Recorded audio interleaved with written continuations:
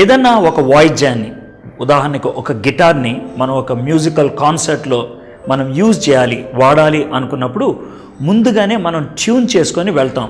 ఎందుకంటే అక్కడికి వెళ్ళిన తర్వాత టైం ఉండకపోవచ్చు. ఒక పాట పాడక ముందు, లేకపోతే ఒక ఐటెం ఇవ్వకముందు ముందే ట్యూన్ చేసుకోవటం చాలా అవసరం. అప్పుడే సంగీతం బాగా ఉంటుంది. ఈ ఉదాహరణ ఎందుకు ఉపయోగించానంటే, జీవితం ప్రతిదినము ఆరంభించక ముందే మన జీవితాన్ని ఒకసారి దేవుని యొక్క సన్నిధిలో ట్యూన్ చేసుకోవాలి. ఆ విధంగా ట్యూన్ చేసుకునేటువంటి ప్రక్రియనే నేను క్వైట్ టైం అంటాను. దేవుడితో మనం మౌనంగా గడిపేటువంటి సమయం, దేవుని సన్నిధిలో గడిపేటువంటి సమయం. దీనికి బైబిల్లోంచి ఒక వచనాన్ని ఆధారం చేసుకోవాలని ఇష్టపడుతున్నాను. మార్కు సువార్త 1వ అధ్యాయం 35వ వచనంలో మనకి యేసుక్రీస్తు ప్రభువారు ఏం చేస్తున్నారో అర్థమవుతుంది.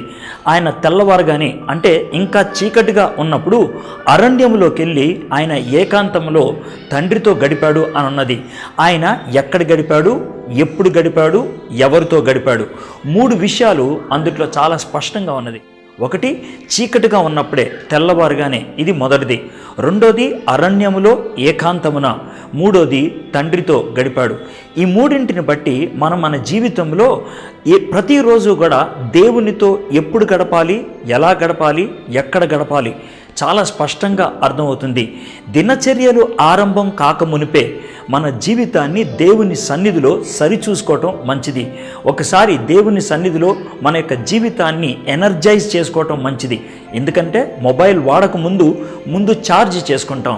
అదేవిధంగా మన ఆత్మీయ జీవితాన్ని దేవుని వాక్యముతో ఛార్జ్ చేసుకోవాలి. ఎవ్వరూ లేవక మునిపే, మనల్ని ఎవరు డిస్టర్బ్ చేయక మునిపే, మన యొక్క హృదయంలోకి వేరువేరు తలంపులు రాక మునిపే మనము దేవుని వాక్యముతో మన యొక్క హృదయాన్ని నింపుకోవాలి. మనలో చాలామంది హాస్టల్స్లో ఉంటారు, చాలామంది ఉన్నటువంటి ఇళ్లల్లో ఉంటారు. మనకంటూ వ్యక్తిగతంగా ఒక గది ఉండటం అనేది కష్టంగా అనిపించవచ్చు.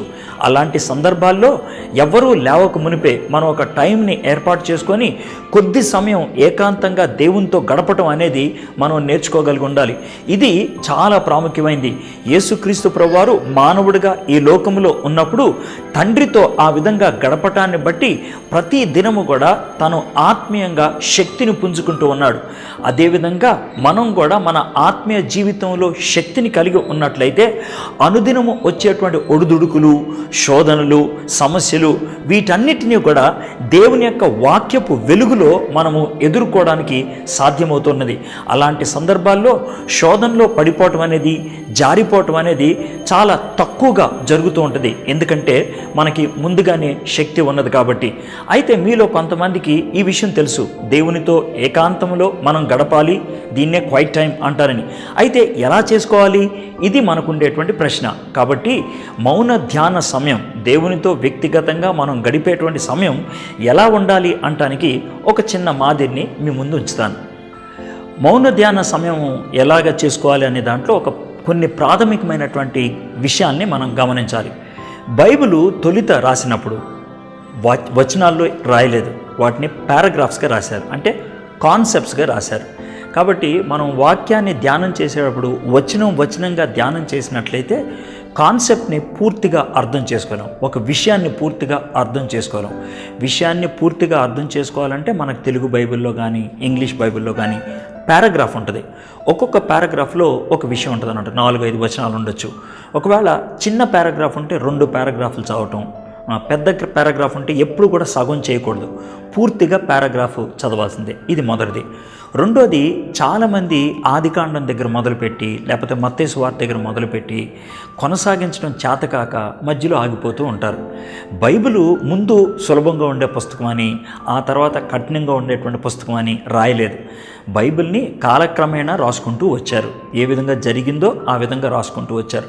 కాబట్టి ముందు మనము ప్రాథమికంగా విశ్వాస జీవితానికి అవసరమైనటువంటి పుస్తకాలు చదువుకున్నట్లయితే మనం బైబిల్లోకి ప్రవేశించగలుగుతాం. ఆ తర్వాత మిగిలిన పుస్తకాలు ధ్యానం చేయాలి. నేను మీకు ఇవ్వగలిగేటువంటి సలహా ఏంటంటే, ఒకవేళ ఈరోజు మౌన ధ్యానం సమయం గడపాలని మొదలు పెడుతున్నట్లయితే మీరు 1 యోహాను పత్రికతో ఆరంభించండి. 1 యోహాను పత్రికకి 5 అధ్యాయాలు, 105 వచనాలు. మొదటి 4 వచనాలు ఒక పారాగ్రాఫ్, 5 నుంచి 10 దాకా ఒక పారాగ్రాఫ్, 2వ అధ్యాయం 1 నుంచి 6 దాకా ఒక పారాగ్రాఫ్. ఈ విధంగా పారాగ్రాఫ్లుగా మీరు చదువుకుంటూ వెళ్ళినట్లయితే బాగా అర్థమవుతుంది. మొదటి యోహాను పత్రిక విశ్వాస జీవితంలో తంటాలు పడుతున్నటువంటి విశ్వాసులకు లేకపోతే క్రైస్తవులకి యోహాను భక్తుడు రాసినటువంటి పాఠం కాబట్టి అది చాలా సులభంగా ఉంటుంది, అర్థమవుతుంది. దాంట్లో ప్రవేశించిన తర్వాత మిగిలిన పుస్తకాలు మనం ధ్యానం చేయొచ్చు. మొదటి యోహాను పత్రిక అయిన తర్వాత మార్కు సువార్త ధ్యానం చేస్తే బాగుంటుంది అనమాట. యేసు ప్రభు గురించి క్షుణ్ణంగా ఒకసారి పరిశీలించడానికి వీలవుతుంది. సరే, ఈ విధంగా మనం నేర్చుకున్న తర్వాత అసలు వాక్యాన్ని ఏ విధంగా మౌనంగా ధ్యానం చేయాలి, దానికి మీకు ఒక వచనాన్ని ఉదాహరణగా తీసుకుంటాను. మనందరికీ తెలిసినటువంటి వాక్య భాగం యోహాను సువార్త 3వ అధ్యాయం 16వ వచనం. కాగా దేవుడు లోకాన్ని ఎంతో ప్రేమించి తన కుమారుణ్ణి ఈ లోకంలోకి పంపించాడు, తన యందు విశ్వాసం ఉంచి ప్రతివాడు నశింపక నిత్యజీవం పొందినట్లు అనుగ్రహించాడు. ఇది మన అందరికీ తెలిసినటువంటి వచనం. ఈ వచనాన్ని మనం ధ్యానం చేస్తూ ఉన్నాం అనుకోండి. ఆ విధంగా ధ్యానం చేస్తూ ఉన్నప్పుడు మనం ఒక విద్యార్థిలాగా తయారవ్వాలన్నమాట. విద్యార్థిలాగా తయారవుతున్నప్పుడు ఆ వచనాన్ని పదే పదే చదువుతున్నప్పుడు లేదా వాక్య భాగాన్ని పదే పదే చదువుతున్నప్పుడు 5 ప్రశ్నలు మనం అడగాలి. ఒక్కొక్క ప్రశ్నకి జవాబు వెతకడానికి ప్రయత్నం చేయాలి. మొదటి ప్రశ్న ఏంటంటే, ఈ వాక్య భాగంలో దేవుడి గురించి ఏముంది అని. దేవుడి గురించి అన్నప్పుడు 3 రకాలుగా ఉండొచ్చు. తండ్రి గురించి ఉండొచ్చు, కుమారుడు గురించి ఉండొచ్చు, లేదా పరిశుద్ధాత్ముడి గురించి ఉండొచ్చు. ఎవరి గురించి ఉన్నప్పటికి కూడా దేవుడి గురించి ఉన్నట్లే. ఉదాహరణకి యోహాను 3:16లో దేవుడు ప్రేమించేవాడు, దేవుడు తన కుమారుడైనటువంటి యేసుక్రీస్తుని ప్రేమను బట్టి అనుగ్రహించినటువంటి వాడు, దేవుడు నిత్య జీవాన్ని ఇచ్చేటువంటి వాడు, దేవుడు మానవుని యొక్క విశ్వాసాన్ని గౌరవించేటువంటి వాడు. ఇవి మనకి దేవుడి గురించి తెలిసేటువంటి విషయాలు. కాబట్టి మొదటి ప్రశ్నకి మనకి జవాబు దొరికింది.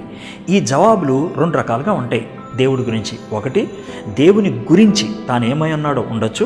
రెండోది, దేవుడు ఏం చేశాడు అనే దాన్ని బట్టి ఉండొచ్చు. దేవుడు ప్రేమించేవాడు, అది ఆయన తత్వం. దేవుడు తన కుమారుణ్ణి అనుగ్రహించాడు, అది ఆయన క్రియ. దేవుని తత్వాన్ని బట్టి మనం ఆరాధిస్తాం, దేవుని క్రియను బట్టి, దేవుడు మనకి చేసిన దాన్ని బట్టి కృతజ్ఞతలు చెల్లిస్తూ ఉంటాం. ఇది మొదటి ప్రశ్న.